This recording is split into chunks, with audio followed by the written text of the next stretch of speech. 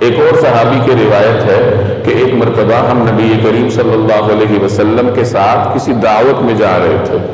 آپ صلی اللہ علیہ وسلم تھے اور صحابہ کرام ساتھ تھے.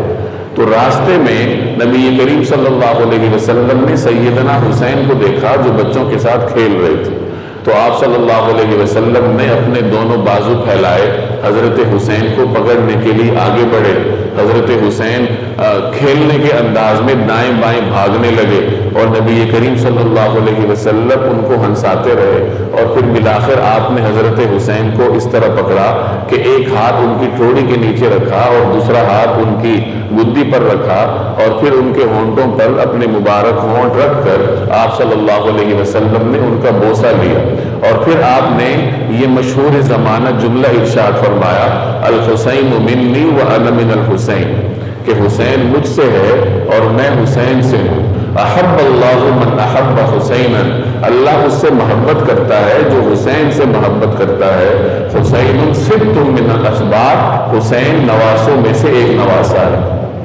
یہ جو جملہ آپ نے ارشاد فرمایا, الحسین منی وانا من الحسین, علامہ مبارک پوری رحمہ اللہ مشہور محدث ہیں, ترمذی کے شارح ہیں. انہوں نے اس حدیث کی تشریح میں ارشاد فرمایا کہ نبی کریم صلی اللہ علیہ وسلم کے اس جملے کا مطلب یہ ہے کہ عظمت اور محبت و احترام میں رسول اللہ صلی اللہ علیہ وسلم اور سیدنا حسین رضی اللہ تعالی عنہ ایک قسم کی یگانگت رکھتے ہیں. یعنی جو آدمی نبی کریم صلی اللہ علیہ وسلم سے محبت رکھتا ہے تو اس پر لازم ہے کہ سیدنا حسین سے بھی محبت رکھے. اور اگر کسی شخص کے دل میں سیدنا حسین کی محبت نہیں ہے تو اس کا مطلب یہ ہے کہ اس کے دل میں جناب رسول اللہ صلی اللہ علیہ وسلم کی محبت بھی نہیں ہے. تو گویا کہ محبت اور عظمت کے جذبات کے اعتبار سے جناب نبی کریم صلی اللہ علیہ وسلم اور سیدنا حسین رضی اللہ تعالی عنہ شے واحد کی طرح ہے, یعنی یگانگت اور یکسانیت رکھتے ہیں. اور علامہ مبارک پوری مزید فرماتے ہیں کہ ایسا معلوم ہوتا ہے کہ نبی کریم صلی اللہ علیہ وسلم کو بذریعہ وحی حضرت حسین کی شہادت کی اطلاع مل چکی تھی. آپ کو اس چیز کا ادراک تھا کہ آگے جا کر میرے نام لیوا میرے اس نواسے کے ساتھ کیا کریں گے.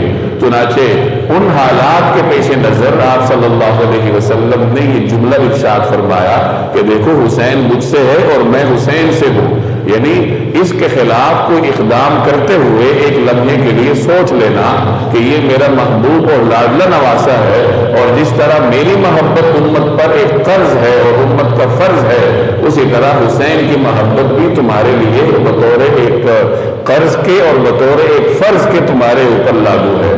چنانچہ اسی بات کو مزید موقت کرنے کے لیے آپ صلی اللہ علیہ وسلم نے آگے اسی روایت میں مزید وضاحت کے طور پہ ارشاد فرمایا, احب اللہ من احب حسینا, کہ یاد رکھو اللہ اسی سے محبت کرے گا جو حسین سے محبت کرتا ہے.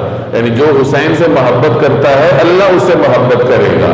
اور تیسرا جملہ پھر آپ نے یہ ارشاد فرمایا کہ حسین سبت من الاسباط, حسین نواسوں میں سے ایک نواسا ہے. یعنی حسین کوئی معمولی شخصیت نہیں ہے بلکہ وہ میرا براہ راست نواسا ہے.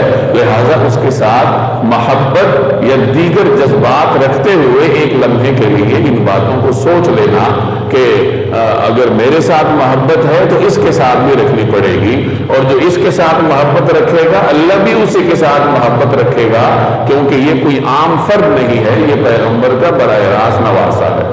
تو اس طریقے سے جناب رسول اللہ صلی اللہ علیہ وسلم نے سیدنا حسین رضی اللہ تعالی عنہ کی فضیلت کو امت کے سامنے واضح فرمایا.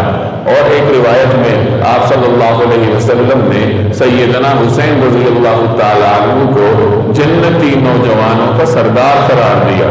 ایک روایت میں آپ صلی اللہ علیہ وسلم نے سیدنا حسین رضی اللہ تعالی عنہ کو دنیا میں اپنی خوشبو قرار دیا کہ یہ دنیا میں میرا کھلتا ہوا پھول ہے. چنانچہ سیدنا حسین کا ایک لقب ریحانۃ النبی ہے کہ یہ نبی کریم صلی اللہ علیہ وسلم کے پھول ہیں. ان دونوں کے بارے میں آپ صلی اللہ علیہ وسلم نے یہ جملہ ارشاد فرمایا تھا کہ حضرت حسن اور حضرت حسین دنیا میں میرے دو پھول ہیں.